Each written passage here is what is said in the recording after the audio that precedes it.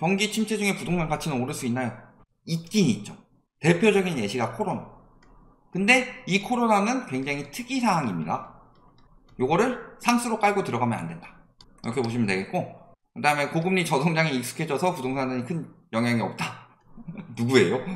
첫 번째, 경기 침체 중에 부동산 가격이 올랐던 적이 딱 한 번 있습니다. 코로나. 왜 그렇게 됐느냐? 코로나는 구조적인 침체는 아니죠. 다만 바이러스로 일시적인 침체다. 그래서 보시면은 코로나 때도 금리 내렸어요. 우리나라 기준금리 한번 봅시다. 자, 요때 닷컴버블 터지고 나서 금리 내렸어요. 이때는 주식 자금이 부동산으로 쏠렸으니까 그렇게 됐지만, 자, 2008년 글로벌 금융이 터지고 금리 내렸죠. 그 다음에 저축은행 사태 터지고서 금리 또 내렸죠. 근데 금리 내렸을 때 경기가 침체되니까 이 시기에 집값이 계속 내렸다. 그런데 이게 문제였던 거죠. 거의 제로금리까지 갔던 거. 이번에 코로나 때 집값 폭등이, 첫 번째는 저금리 유동성, 이거는 세계적인 저금리 유동성 폭발이었는데, 우리나라는 그 전에 집값이 굉장히 많이 올랐는데 그럼에도 불구하고 저금리 유동성 폭발된 거에 영향을 받았죠. 그 두 번째 요인이 전세자금 대출이다. 그래서 보통 갭투기가 자기 돈 플러스 세입자 돈 이렇게 들어가는데, 대출이 안 나오면 세입자는 버는 돈이 한계가 있어요? 그럼 전세 가격은 당연히 경기가 안 좋아지면 떨어질 수밖에 없죠. 그런데 경기가 안 좋아졌는데 전세 가격이 올라갔죠. 왜? 금리 낮춰주니까 대출 엄청 받아서.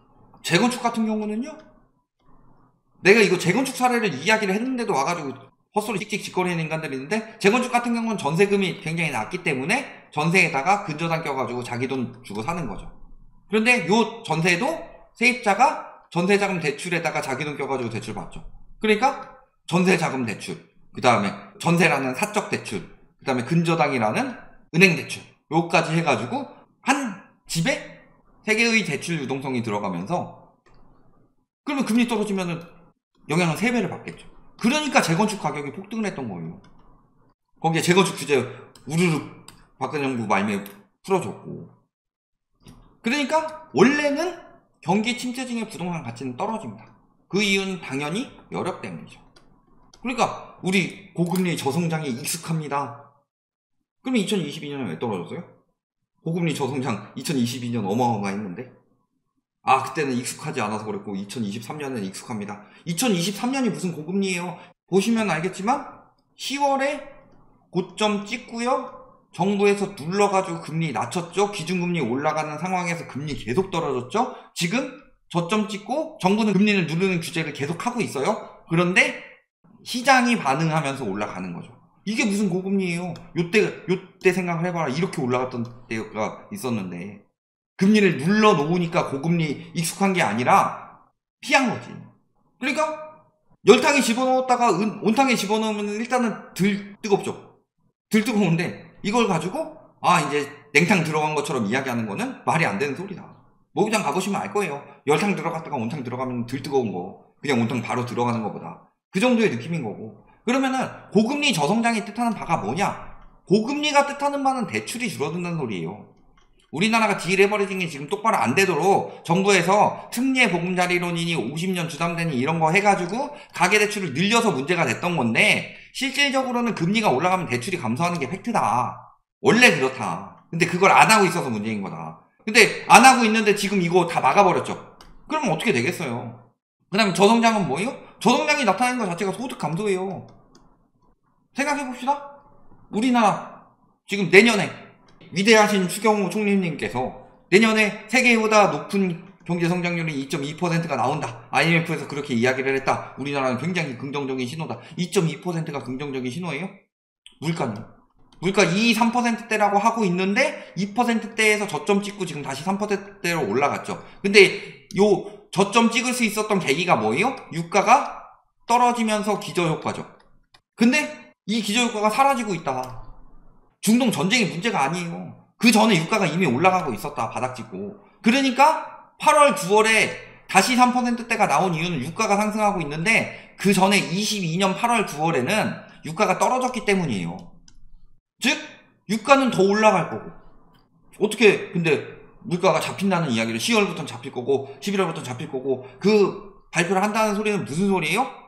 그만큼 경기 침체가 심화될 거다. 유가가 올라가는데 10월, 11월에 물가가 다시 2%로 잡힌다는 건요, 그만큼 통화 승수가 줄어서 경기 침체가 심해졌기 때문이에요. 그러니까 정부에서 10월부터 11월부터 물가가 잡힌다라고 이야기하는 거는 우리나라 경제 개박살 났습니다, 이 소리 하는 건데 그걸 모른다.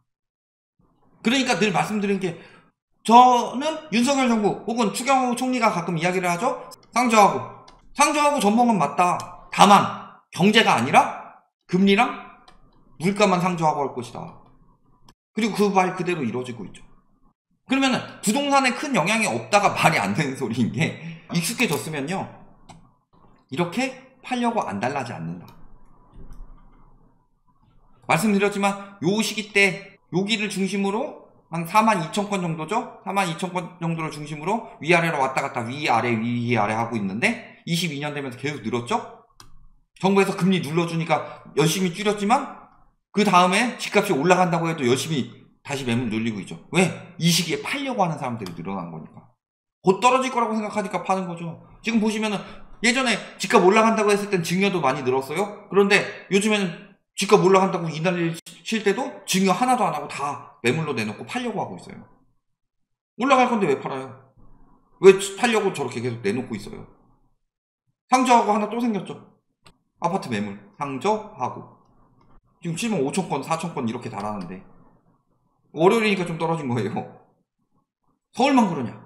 다른 지역도 어때요? 예를 들어 경기 매물이 아주 경기를 일으킬 정도로 많이 늘어나고 있죠. 뭐 또 어디 볼까요? 세종. 세종 살아났다는데 세종 봐봐요. 다 팔려고 안달이 나 있지. 어디 볼까요? 울산? 안 팔려서 울산 짓고 있죠. 부산? 다들 팔려고 부산스럽게 내놓고 있잖아요.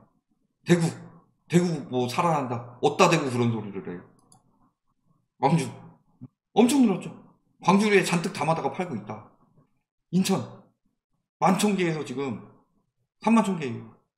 다 팔려고 안달이 나 있는 거예요. 부동산에 큰 영향이 없는 게 아니라 부동산에 큰 영향이 없다라고 부추겨가지고 사람들 매입하도록 만들어서 지금 팔려고 안달이 나 있는데, 거래량 어때요? 거래량 계속 올라간다 하고 있었는데 여기서 딱 멈추더니 4,000건 못 넘고 이제 떨어지는 분위기로 가고 있죠. 9월도 아마 더 빠질 거예요. 10월 지금 187건 거래했다. 10월 중순인데. 그러니까 거래량이 줄었다는 건 수요가 없다는 소리고, 매물이 늘었다는 건 공급이 많이 늘었다는 소리인데, 정부에서 공급 부족 말하는 거는 어이가 없는 소리인 거고, 지금 그만큼 수요가 안 붙는 거예요? 수요가 왜 안 붙어요? 결국에 수요는 실수요랑 투기 수요로 나뉘는데, 투기 수요는 실수요들이 들어올 장에 돼가지고 투기 수요가 누구한테 팔아요? 더 큰 바보 또는 실수요한테 떠넘기고 가는 거죠. 그럼 결국엔 실수요 장이 중요하죠. 이 더 큰 바보는 또 더 큰 바보, 더면 더 뭐죠? 또는 실수요, 더 큰 바보, 실수요, 이런 형식으로 가는 건데, 결국엔 그러면 실수요가 핵심이 돼야 되는데, 실수요가 집을 사기 위해서는 내 돈 플러스 대출 껴서 사는 거죠. 근데 대출은 많이 이야기했으니까 따로 말씀 안 드리겠습니다. 뭐요? 50년 주담대 풀어가지고 대출 늘려서 부동산 겨우 마련해 놓은 거고, 이 50년 주담대 풀기 전에 특례 풀어가지고 겨우 만들어 놓은 거죠.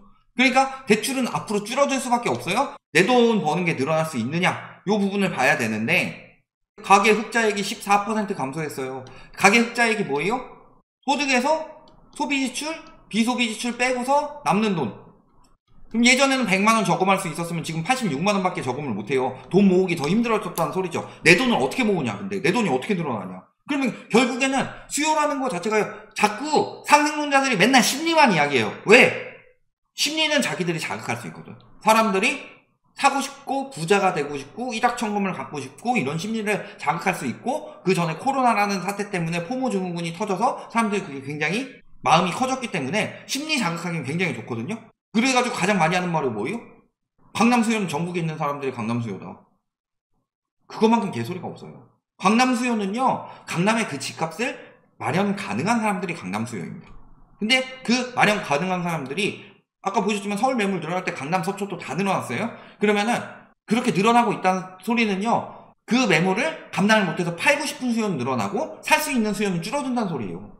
그러니까 사람들이 수요를 이야기를 할 때 내 집 마련 하고 싶은 수요가 얼마나 많냐, 내 집 마련 하고 싶은 수요가 핵심이 아니라 내 집 마련을 할 수 있는 능력이 되는 게 수요예요. 그러니까 집값이 올라가면 수요가 떨어지는 이유가 그것 때문이다. 근데 심리만 가지고 이야기하죠.